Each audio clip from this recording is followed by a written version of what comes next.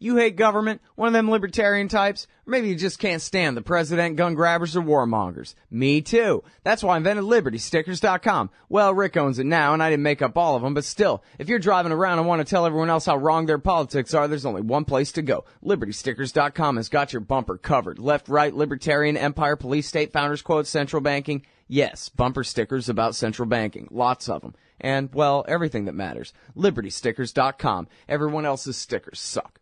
Hey, y'all, Scott Horton Show. Check out the archives at scotthorton.org and sign up for the podcast feed there as well. Follow me on Twitter at Scott Horton Show.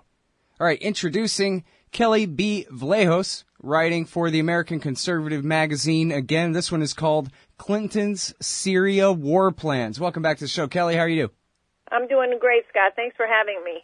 Good. Very happy to have you back on the show here, and scared to death about what you're writing, and I already know it, but still.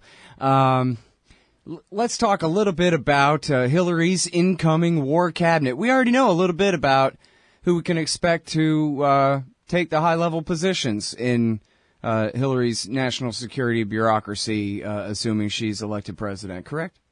Oh, absolutely. I mean, you and I have been talking about this for years. I mean, when she was running for president in 2008 unsuccessfully, there was a phalanx of national security experts, people, holdovers from the first Clinton administration, Coindinistas, you name it, who had been lining up already to serve with Hillary Rodham Clinton once she became president. It was, as you recall, it was almost a given that she would get the Democratic nomination win, and Barack Obama foiled her plans by winning the nomination.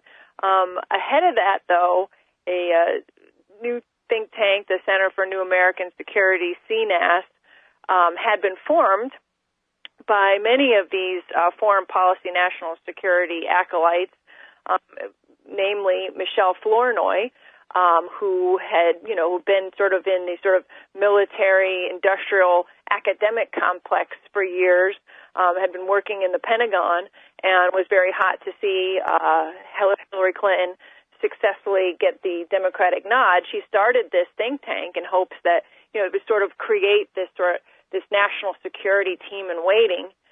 And that was in 2007. And what made them different from, I guess, the neocon community here in Washington is that, they were for the more humanitarian intervention, but they were all hot for the prevailing counterinsurgency that David Petraeus had been promoting, and they were among those here in Washington who believed that the surge worked and that it could be applied to Afghanistan. So that was their big thing, was showing that the Democrats could have this muscular foreign policy, muscular national security posture, was ready to go and win Afghanistan just like, Iraq had been won. And so they all lined up. When Hillary didn't get the nod, they continued and instead shifted their, resources and influence behind Obama. And when he won the presidency, a lot of them were plucked out of the think tank, including Michelle Flournoy, for government service in great positions in the State Department and the Pentagon, and including Michelle Flournoy, who rose to like the third ranking civilian in the Pentagon and is now considered to be on a short list for Hillary Clinton's defense secretary. All that, as a lead up to what my story was about was, well, what are these people saying now about what Hillary Clinton's policy should be when she's in office? Mm-hmm. And across the board... Wait, hold it right there, though, because, we got to talk about that. But let me dwell on the past here for a minute. Sure. Michelle Flournoy am I right that her reputation has not suffered one iota from the complete and total failed counterinsurgency surge into Afghanistan that she was the champion of? And as you said, she was the Deputy Secretary of Defense for Policy in charge of implementing the thing. Does that not count? Or Afghanistan is the war that never happened, never heard of it, don't worry about it, or what? It's unbelievable that there are certain people in the national security establishment in Washington who have been able to avoid any direct accountability for the policies in the Obama administration, just as those in the Bush administration who were responsible for the failed war policies. So the funny thing is that not even the Republicans and neocons in this town who like to blame Obama for everything that's happened in Iraq and everything that's happened in Afghanistan, they never point fingers at certain people within this establishment community who should be just as complicit or just as responsible for the failures. They blame Hillary, they blame Obama, maybe to a certain extent they might, I don't know. I think Samantha Powers, they're the usual targets. But people like Michelle Flournoy, they always manage to escape unscathed, probably because, they're so burrowed into this national security, orbit, this world here, that she could easily go onto the Republican side and work for Republicans. Mm-hmm. And so I just think that that's one of the reasons why you don't see her taking as many hits as far as, the blame game goes. Right. Yeah, that's a good point. And also, I mean, it really just is a matter of, in terms of national politics, no one's ever heard of the deputy secretary of anything. So, right. It's a very tight-knit community, and if she was wrong, then they all were. And so, right, exactly. And if you look at it, I mean, what did she promote? She promoted counterinsurgency. She promoted COIN. Well, that was David Petraeus' baby, and the Republicans and neoconservatives. So their policies are no different than the Bush policies. So, like you said, if they blame her for the failed policies, they're turning the mirror on themselves. Yeah. And nobody wants to admit that counterinsurgency was a failure in both Afghanistan and Iraq. I mean, to this day, you have people in this town who say that David Petraeus helped win the war in Iraq and Obama blew it by withdrawing. That's oversimplified narrative of events still exists today. And you have people on both sides, Republicans and Democrats, who are invested in that narrative, including people like Michelle Flournoy. Right. She won't come right out and say Obama failed. But, if you read between the lines and things that she says and what CNAS says and things that Leon Panetta say and Hillary Clinton say, they tend to sort of throw Obama and his inner circle under the bus when it comes to Iraq and to some extent Afghanistan, because they believe that they should have been more aggressive. They believe they should have been more interventionist, and that somehow supporting COIN at all costs was the order of the day, even though we all know that it was a big failure. Well, yeah, they're always going to be able to say, just like any, big government liberal on any government program, that failure is always only proof that we didn't put enough resources into it. So if option 5 was, and this was what they really did, right? Just like on The Simpsons, where they you put the different options on the president's desk, but you have to choose option 4 or whatever it was. But one of these was, well, we need 80,000 extra troops and an open-ended commitment to stay absolutely forever, Mr. President. That was part of Stanley McChrystal's proposal. And then, so that was too hot, so they went with just right. But Petraeus swore. He promised, absolutely, yes, sir, Mr. President, by July of 2011, in 18 months, we will have whooped on the Afghan Taliban so hard that they're going to come crawling on their knees to our table to agree to our terms. And Obama said, and you're not going to cry about how I didn't give you enough material support and whatever to get the job done. And he said, agreed, Mr. President, absolutely, you've got it. So they can cry about that, but they're the ones who promised in the first place that the surge was going to work. The fact that it didn't means it didn't, not that it wasn't big enough. Right. And, of course, in Iraq, if the surge worked at all, then Obama would have had to start the war all over again to break it, not pull out. if keeping the troops in there was what was necessary to hold the victory together, then it was no victory at all. Because when they defined the benchmarks of what the surge was supposed to achieve, it was supposed to achieve reconciliation between the Shia supermajority we put in power and the Sunnis that they had dispossessed. And Petraeus promised they're all going to get patronage and they're all going to get jobs in the police and the military, and it never happened. So the surge did not work, and so no wonder the whole thing fell apart. And what were a couple of thousand troops supposed to do about it anyway if 166,000 couldn't win the war with even David Petraeus running the whole damn thing back in 2007 and 8? Exactly. What a joke, these people. But they get away with it because who's calling them out except you and me? Oh, it's awful because nobody remembers that we couldn't have stayed if we wanted to. And that seems to be lost in all of this debate where we say, well, Obama pulled out too soon. And you're thinking, well, we were told to leave based on an agreement that was made under the Bush administration. With the side that we helped win and put in power, who said, okay, now thanks a lot, now get out. Yeah. Right.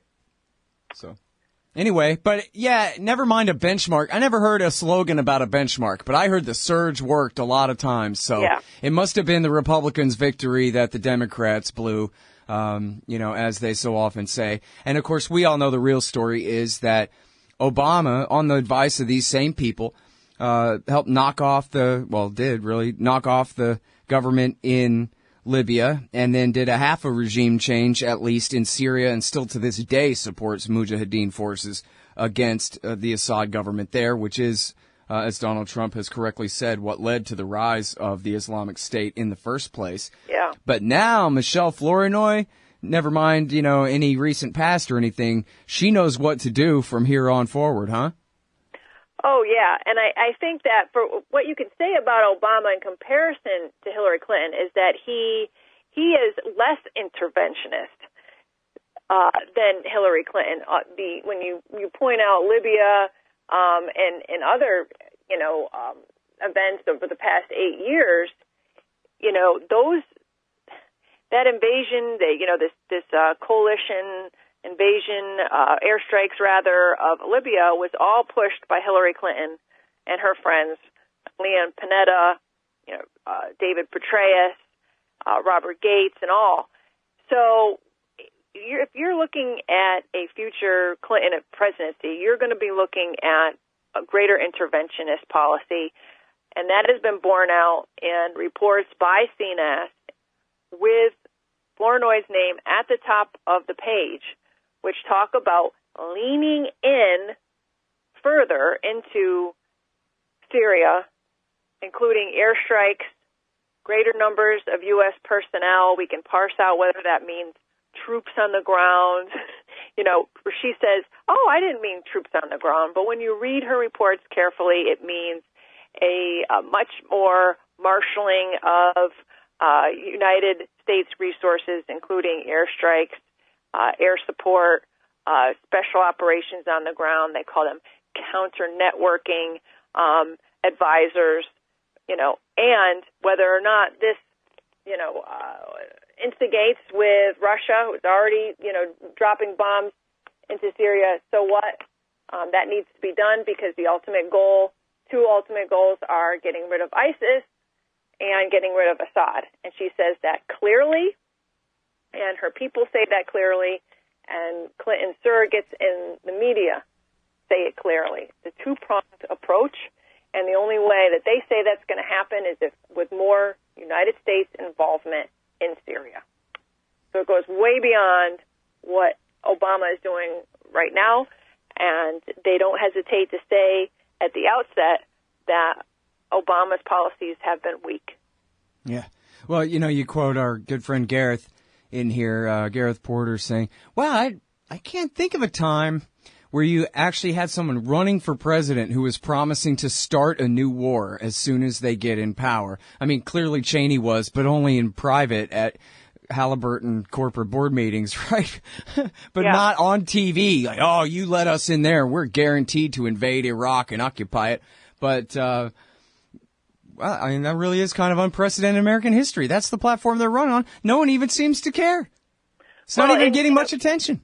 Right. So Hillary Clinton has the luxury of going out on the campaign trail and designing her websites to be very, very coy about the issue.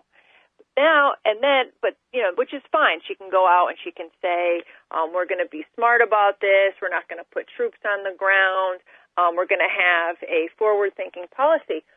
Meanwhile, her surrogates, who are clearly her surrogates, people like Leon Panetta, who cannot be described as anybody else but a Clinton inner circle person who is likely a top, either Pentagon official or CIA official in waiting, saying to the media, this is going to include a call for more airstrikes and perhaps more troops on the ground. He says it. It's recorded. You can Google it up. So, she's having it both ways. She knows this country is not interested in more war. So she's not going to go out on the campaign trail and talk to audiences, many of whom were Bernie Sanders supporters who are against war, or even people, independents, who might like what Donald Trump has said about pulling back, our troops overseas. So she's not going to risk going out and saying, well, people, we're going to have to, buckle down and face it. We got to get rid of this Assad and we're going to do whatever it takes. No, she has her surrogates. We have this,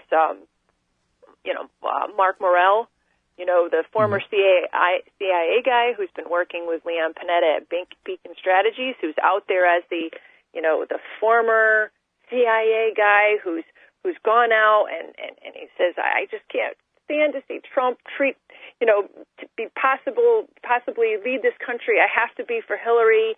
He's been all over the television. He sits down with Charlie Rose and he tells them that, sure, let's start bombing. If the Russians get in our way in Syria, let's start, let's attack them. Let's go after Assad's assets. Let's scare them a little bit, show them who's boss. This is one of her endorsers, surrogates, has been working with a firm quite closely tied to Clinton for years after he left the CIA. So I think we need to keep our eyes wide open when it comes to what Mrs. Clinton's national security policy is going to be moving forward. Mm-hmm.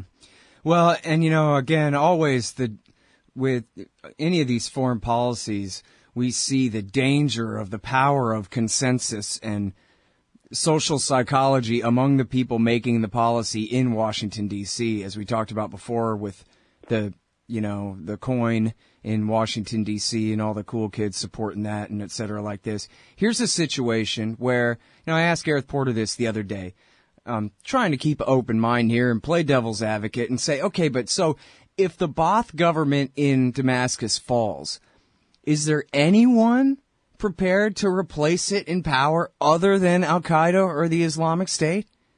And the answer, of course, is no. The answer is there's no one else other than Al-Qaeda or the Islamic State to replace the Ba'athist regime. And yet to hear Michelle Flournoy and them talk about it, whatever, we'll deal with that. We'll cross that bridge when we get to it or whatever. But what's important now is dealing with Assad. But the current president, I guess they would disagree with this, but he absolutely nailed this to the New York Times when he explained to Thomas Friedman that, listen, the idea you're going to build up a force of moderates that can take on Al-Qaeda, the Islamic State, Assad's Syrian state army, Hezbollah, Iran, and Russian airstrikes. I mean, I'm adding newer combatants to the list now, but the idea that you were ever going to be able to build up a moderate force to take on all comers like this was always, I believe the quote was, a total fantasy. And yet that seems to be the first premise of the incoming Hillary Clinton policy. And the question I asked Gareth about, but then what, is apparently not part of this discussion. As far as I can tell, because they just keep going, we're going to hit Assad without seeming to really be concerned at all about what might happen after that. Well, I mean, if you look at the report, the full CNAS report on destroying ISIS from the ground up, I think is the name of the report, they give a lot of lip service to political reconciliation, just like they did in Iraq, just like they did in Afghanistan. And I think for me, reading this report, which anybody can go and Google up under the CNAS reports, specifically addressing ISIS, is how similar they sounded to previous reports on Afghanistan and Iraq. They have the same template. It's all about fostering moderate rebel forces, aiding them, advising them, resourcing them. They're very specific on, the different regions and what rebel forces are controlling or not controlling but exist in these different regions, and how we can help them. And then parallel to that is always this wishful thinking that all this political, political advancement is going to be made in terms of the diplomacy end of things, which never happens because you can't do both at the same time. You basically lay down a marker saying that you're going to get rid of this guy, Bashar Assad, and at the same time you're going to be destroying ISIS, supporting moderate groups whose end goal is also to get rid of Bashar. So you're taking sides, but at the same time there's supposed to be all of this diplomacy going on. And we know from the past that this just doesn't happen that way. But I'm frankly a little surprised that these blueprints still exist, and they deliver them up, and people are supposed to gobble them down and say, "Wow, this looks like a great plan." But really, it's more of the same. This part of the Scott Horton Show is sponsored by Audible.com. And right now, if you go to audibletrial.com/Scott Horton Show, you can get your first audiobook for free. Of course, I'm recommending Michael Swanson's book, The War State, The Cold War Origins of the Military-Industrial Complex and the Power Elite. Maybe you've already bought The War State in paperback, but you just can't find the time to read it. Well, now you can listen while you're out marching around. Get the free audiobook of The War State by Michael Swanson, produced by Listen and Think Audio at audibletrial.com/Scott Horton Show. Yeah. Boy, I'll tell you, this is a little off subject, but it goes to the mindset of Hillary here, I think, and this is the most important thing. And I don't know, maybe this is just my bias, because I've just been so anti-everything Clintons for so many years in a row now, or something, but when I read that report about Richard Breedlove, the head of NATO, trying so hard to do this end run around Obama and pressure Obama into escalating military support for the rebels in Ukraine, I just imagine that same situation with Hillary Clinton in the chair, and I just think, man, we'd have a nuclear war. And she's basically might as well be John McCain. And the worst part about, and I mean that in the way of not just how hawkish she is, but in how personal it all is.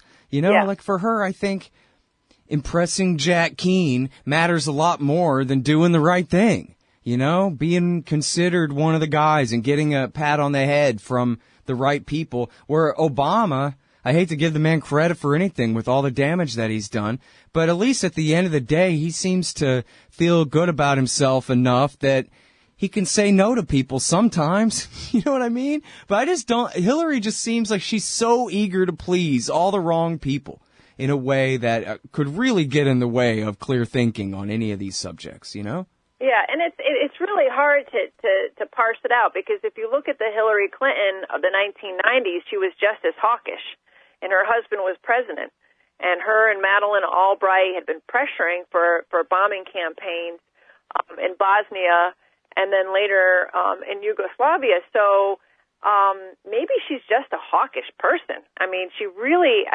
This idea that she is a lefty, liberal, bleeding heart, I've never really bought that about her.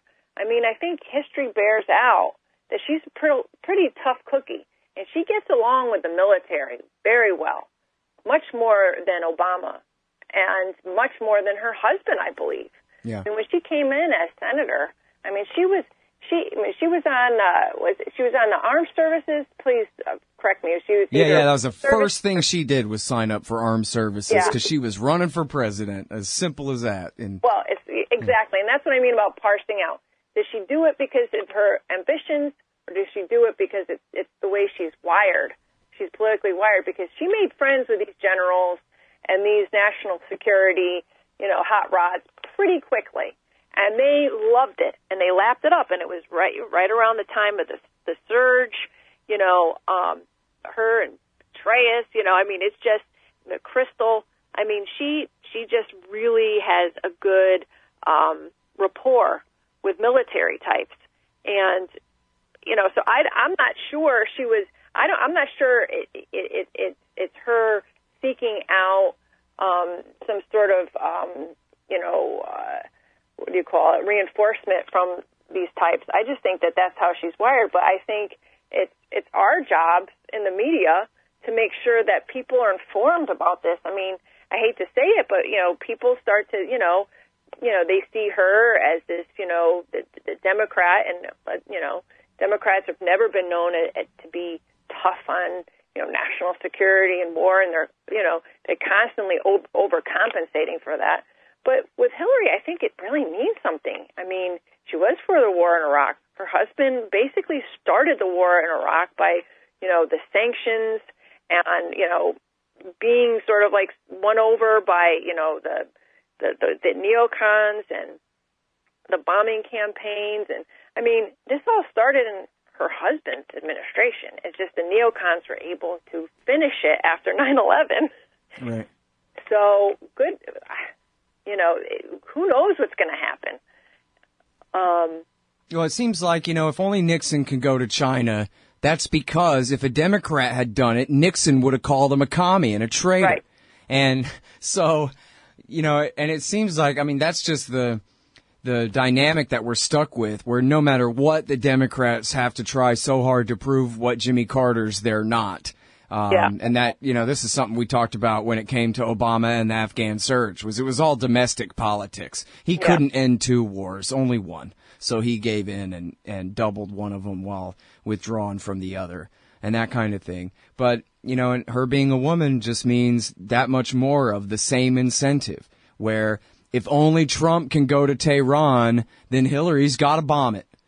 That kind of thing, where that's just how the dynamics work. Where Trump, not that Trump would go to Tehran, he's horrible on Iran and everything, but I'm just saying he's Republican enough and tall enough and, macho enough that he can do something controversial like that and making friends with an enemy or even getting along with Putin without necessarily being called, his patriotism being called into question. Although, I guess that's a stupid thing to say considering the press release that Hillary just put out about what a Kremlin stooge he is. So I guess there's no protecting him from her when it comes to red baiting. But basically, in office, he would be able to, if he wanted to, he would be able to make peace in ways where she would feel much more incentive to do the wrong thing. And like you say, that's kind of her, instinct anyway. She'll never run out of people to tell her she's right about making things worse up there.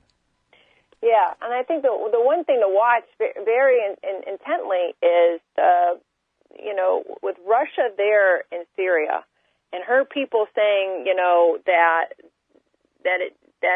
that shouldn't disincentivize our involvement there. And many of her people, including, and I mentioned this in my story, Robert Kagan, notorious neocon, but also establishment player, who just loves Hillary to the point where he's helping raise money for her,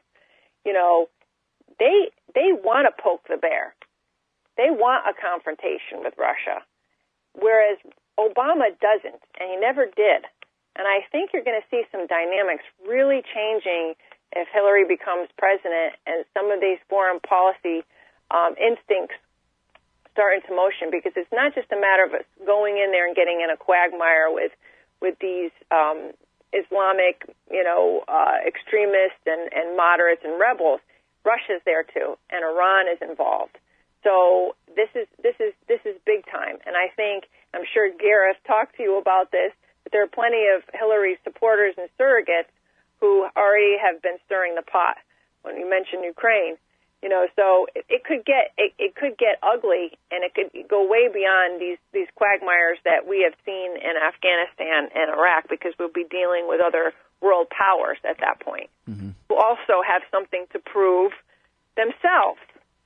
So, well, and of course, it was, as you say about Clinton being a hawk since way back.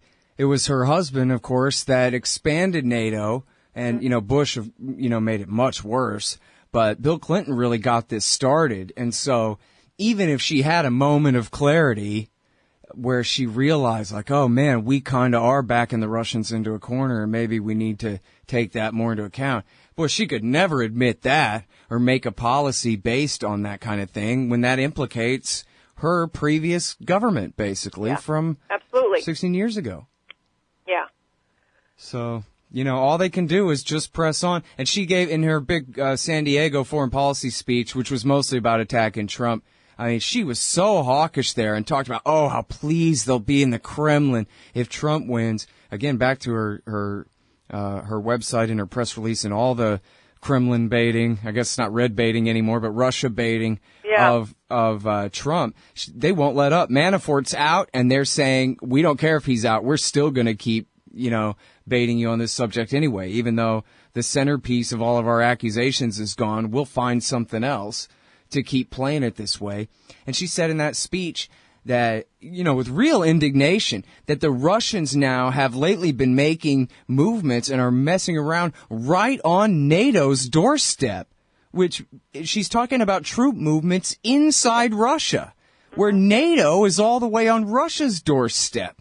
But she's saying, oh, yeah, if they build a military base near the border with Ukraine, well, or move some troops into Kaliningrad, in that space between Estonia and Poland there, or whatever it is, that this is all provocative action. And right. She would never admit that it's America who clearly is being provocative here. NATO is not a social club. It's a military alliance. And in fact, Obama, for all his, relative restraint, has been perfectly happy to let NATO do these massive exercises, including bringing Germans all the way into the Baltics, for crying out loud. I mean, this is absolutely crazy. That could have started a war right there, right? If Putin could have said, no, you know what? We're not letting Germans come this far east. We're just bombing your columns. I don't care. We don't believe you. This is just an exercise. We don't believe you. They're going home again. I mean, but back to, hey, we all agree about this, right, guys? And apparently we do. Nobody surrounding Hillary when she was getting that speech written was saying, hey, maybe this is a little... And because think about how crazy that sounds. They're messing around on NATO's doorstep when she clearly doesn't mean they're expanding again into Eastern Europe and are, near Germany's borders, when it's so obvious that it's the other way around. But the consensus is just complete. There's no one to object, I guess. I don't know. Yeah. Anyway, sorry, I should have come up with a great question to end that with. But But that really is how bad it is, right? Where Hillary and her entire staff, they all agree, and no one is really saying, yeah, but kind of we're lying, right? No one's kind of, keeping it real.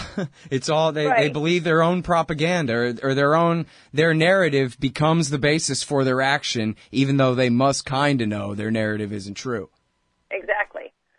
Well, I just listening to you, I'm thinking how much President Hillary's administration will look like her husband's administration, but maybe, 2.0 in the regard of national security, because so much more is at stake now than even was during Bill Clinton's era in terms of the global politics going on. So it is scary, and there'll be plenty of people from that era who are still around here in Washington who are as we speak, are jockeying, for favor because they see a new place for themselves in the administration. There's plenty of people in the Obama administration that want to burrow in and make sure they're still around. And then you have these people like, General John Allen and Michael Vickers and these national security types who are Strobe Talbot, too. Remember him? Yeah, and they see another chapter in their own careers. Right. And that's why they're coming out and writing op-eds about how great Hillary is, and I'm with her. Give me a break. It's all about auditioning. People are auditioning just as much as they're endorsing. and these aren't the people that, you and I or Andy Bacevich or these realists and that and the American conservative people who have been fighting for better, sounder, national security policy would like to see in the next, administration. And it just looks like it's, like I said, more of the same. Yep. Well, and, even according to their own version of events from the last couple of weeks, we have, even if you take their version of events, the Russians started flexing their muscles on Crimea first, although I think it's more like the Ukrainian government started making moves toward the border there. But then, this morning and last night, it was all over Twitter that, NATO fears that Russia is preparing to invade eastern Ukraine with thousands of troops. Well, I don't see any reason to believe that. They've claimed that Russia did invade eastern Ukraine 10 times, especially in 2014. It was never true. But even according to them, that's how easy it is to provoke Russia into maybe invading Ukraine. And then once they do, maybe they won't just settle for sovereignty over the East, which right now they apparently don't even want to have, but maybe they'll march all the way to Kiev. Who's going to stop them? And, yeah, these are the same people who are crying, oh, my God, look what Russia's going to do. They're going to invade Ukraine over, this little bit of extra increased tension over Crimea. And these are the same ones saying that we ought to be giving the Ukrainian military a whole new batch of tanks and guns and shells and defensive. What we ought to be, as Strobe Talbot put it in his report from, I guess, 1 year ago, I think it was, that, or maybe it was from 2 years ago, that we need to be arming up the Ukrainian military to increase the Russian body count in Ukraine. And then his end game, as he explained on NPR News, I'll never forget driving on the road listening to this interview on NPR, as he explained that, well, what it'll mean is more Russian body bags coming home full of dead kids will mean that the debate will go up in Russia. The debate will go up. And then I guess we can just skip a few and yada, yada, yada, and the debate in Russia will surely decide to back down in the face of America's escalation rather than escalate in response. And of course, the NPR interviewer never even followed up or whatever. That was just supposed to be the end of it. Was, let's provoke the Russians. Let's get some Russians killed. Like Mike Morell, the acting director of the CIA up until the other day, is saying, let's get some Russians killed, and then, we'll see what goes on. That's their plan. It's like, let's invade Iraq, and then we'll worry about what happens after that. Well, but we're talking about fighting with the Russians, who have thousands of H-bombs. I'm sorry if I'm sure my audience thinks that you and I are the crazy ones talking about this. It sounds unreal. Well, yeah, and I find it so disingenuous when Clinton was chiding Trump the other day from Scranton, Pennsylvania, saying, there will be no U.S. troops, or no added U.S. troops in Syria. And I'm thinking, well, take a look at what your advisors and your inner circle and your surrogates are saying, because like you just mentioned, those comments from Mike Morell. Yeah, he prefaced his comments by saying, this is my opinion. But come on. I mean, these are people that are out on the campaign trail talking on her behalf, and they're talking about airstrikes in Syria. No bombing zones. That's a big one of Michelle Flournoy. No bombing zones instead of no fly zones. So what happens when Russia violates that? Oh, well, we fight back. Okay, so that's intervention. That's conflict. That you're advocating conflict, new conflict that doesn't exist now. And so I don't know how you would do that without more U.S. presence in Syria. You want to call it troops, you can call it advisors, you could call it, special ops or whatever. But that's what her people are advocating. So when she goes on the campaign trail and she says, "Read my lips, no new troops," it's a lie. I don't want to say it's a lie, because she could very well say no troops if she's in office, but I'm thinking that it's very disingenuous in terms of what, her policies and what her people's policies and people that she's giving people permission to speak on her behalf, like Leon Panetta. And if he's saying, he's saying more troops. What's the disconnect here? Right. All right. Well, listen, I've kept you way over, and I don't want to go on too long because I want people to listen to the whole thing. So I will stop asking you questions, even though I have a lot more questions. It's a very important article that you have here. I hope everyone will read it and help pass it around. Clinton's Syria War Plans is at the American Conservative magazine by Kelley Vlahos. Her national security team in waiting wants a return to big U.S. interventions. Thanks again. Thanks, Scott. All right, y'all, and that's the Scott Horton Show, scotthorton.org for the archives and the podcast feed, which you should sign up for. Help support at scotthorton.org/donate. Any donation of $50 or more will get you the brand new Rothbard book as a kickback there. Long lost essays from 67, 68, including all about Vietnam and all kinds of great stuff there. So check that out, scotthorton.org/donate. And you can follow me on Twitter at Scott Horton Show. Thanks.